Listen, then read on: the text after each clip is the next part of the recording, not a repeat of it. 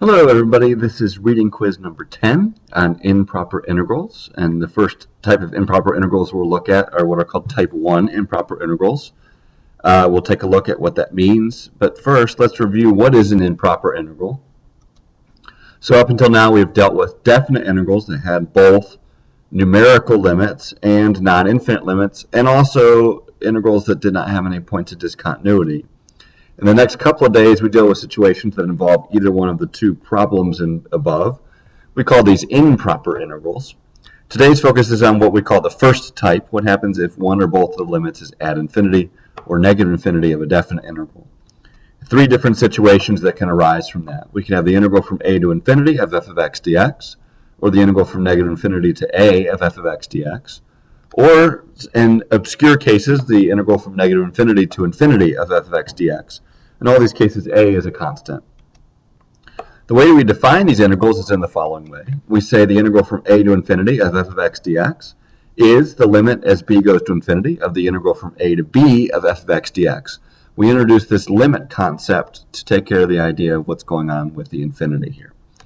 Similarly, the integral from negative infinity to a of f of x dx is the limit as b goes to negative infinity of the integral from b to a of f of x dx. So we switch where the b goes. And if we have a limit from negative infinity to infinity of f of x dx, we split that up by going limit as b goes to negative infinity of the integral from b to a of f of x dx, and a limit as b goes to positive infinity of the integral from a to b of f of x dx. And in this case, a is any number. It is very important that we define these improper integrals in these ways, and it is not proper to treat infinity as a regular limit or to just plug it into an antiderivative. I will immediately take off points for that for your improper work. If these limits exist, the integral is what's called convergent. Otherwise, the integral is divergent. So let's take a look at some examples with these sorts of problems. Example 1, determine whether the integral from 1 to infinity of dx over x squared is convergent or divergent. Evaluate the integral if it is convergent. This is an integral that we looked at in our lab. And the answer to that was we look at the limit as b goes to infinity of the integral from 1 to b of dx over x squared. Finding the antiderivative of that, we get negative 1 over x, and we evaluate that as b goes to infinity, looking at our limits from 1 to b. And therefore, we get limit as b goes to infinity of negative 1 over b plus 1. As b goes to infinity, the negative 1 over b portion goes to 0. This is because our denominator has a higher degree than our numerator. And when we evaluate this, we get this limit to be equal to 1. Thus, since the limit exists for this integral, the integral converges to 1. Example 2, another one from the lab. Determine whether the integral from 1 to infinity of dx over x is convergent or divergent. Evaluate it if it is convergent.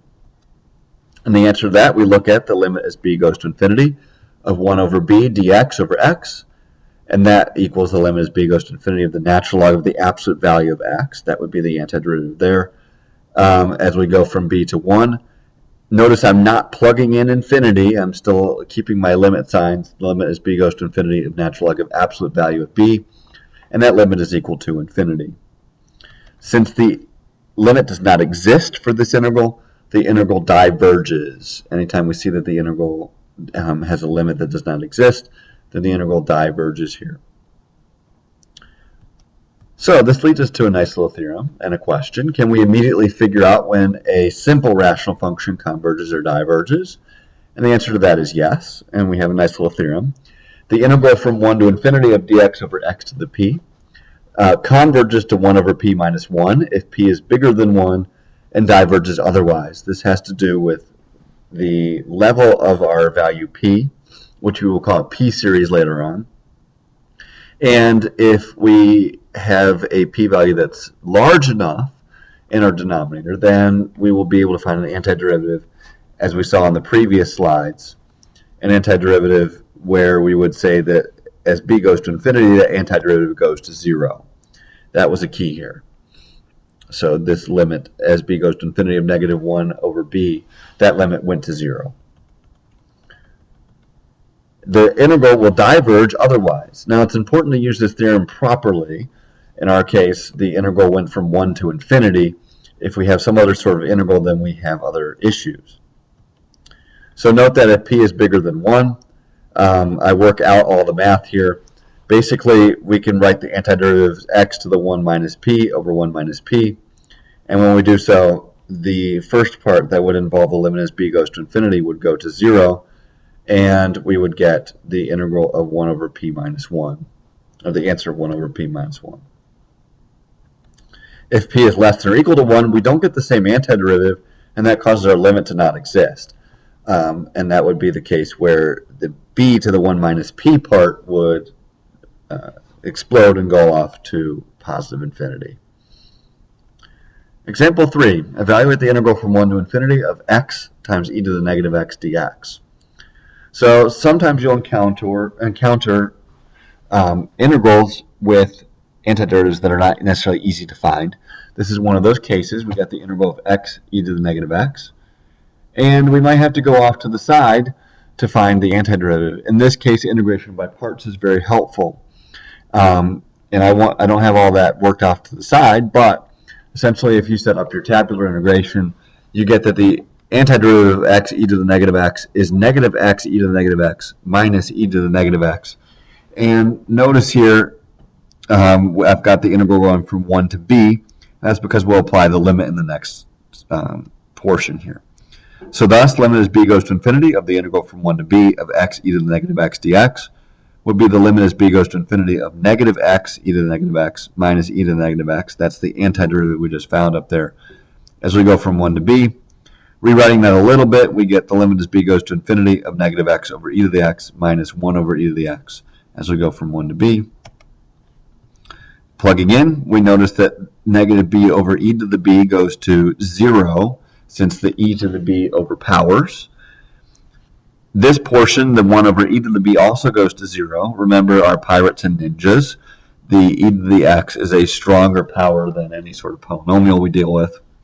So that portion goes to 0, and therefore you're just left with what we get when we plug in 1, which would be negative 1 over e minus 1 over e, and then it's subtracted because of fundamental theorem, and we get 2 over e as our final answer. So therefore the integral converged to 2 over e. In example 4, we consider what happens when we go to negative infinity on one side and positive infinity on the other. And what we need to think about is dividing up the integral up into two parts. So in this example, we divide the integral up at x is equal to 0. As you'll see, that's the most convenient spot. So the integral itself is the integral from negative infinity to infinity of dx over 1 plus x squared. So what we're going to do is we're going to break up this integral at 0 and have an integral from negative infinity to 0 of dx over 1 plus x squared plus the integral from 0 to infinity of dx over 1 plus x squared. And notice that I'm going to create two new variables that help describe this.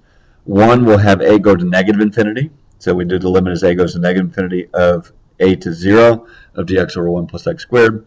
And limit as b goes to infinity of the integral from 0 to b of 1 plus 1 over x squared. We really do this so that we don't mix up our variables and get confused. And this is the appropriate way to write this. So, evaluating the first integral, limit as a goes to negative infinity of the integral from a to 0 of dx over 1 plus x squared. You should be familiar with that. That antiderivative is arctangent of x. And we're going to do the limit as a goes to negative infinity from a to 0. And that limit is equal to pi over 2. Why is that true? Well, because tangent of pi over 2 approaches positive infinity and approaches negative infinity. And since we've got the a limit on the bottom, then that limit will be pi over 2. Similarly, we do the same thing with the limit as b goes to infinity. We again get limit as b goes to infinity of arctangent of x. And this one's a little bit easier to see. As we approach infinity, arctangent approaches pi over 2 because tangent of pi over 2 approaches infinity. And that's me restating that. Note that as x goes to infinity, arctangent of x approaches pi over 2. All right, as we go to the left of pi over 2. Combine the two integrals tell us that the bigger integral converges to pi. So, one thing that we'll be looking at a little bit more in depth when we get to series is what's called the comparison test. Looking at it for improper integrals, this is another useful theorem that we'll use. We close with a nice theorem which allows us to determine whether an integral converges without actually having to evaluate it. And basically it says that if we've got a function that's positive but always less than or equal to g of x, and that function is continuous, if f of x converges, then g of x has to converge. Excuse me, other way around. If the integral of g of x converges, then the integral of f of x also converges. That is because f is the smaller function and it's under a function that converges. I'm glad I caught that. The integral from a to infinity of g of x diverges if the integral from a to infinity of f of x diverges. Since g is bigger and f diverges, then g, the bigger function, also has to diverge. So here's an example using that. Show that the integral from 1 to infinity of e to the negative x squared dx converges.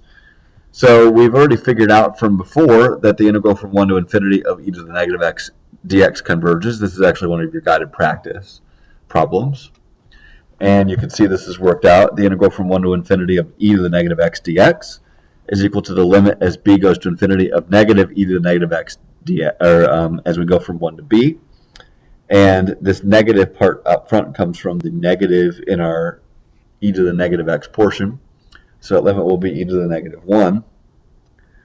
So we can also notice that e to the negative x squared is less than or equal to e to the negative x. The reason being is because we're squaring x. And as we square x and make it negative, our e to that power will be a much smaller number because we would be doing 1 over a much larger number. So thus, the integral from 1 to infinity of e to the negative x squared dx converges by our comparison theorem.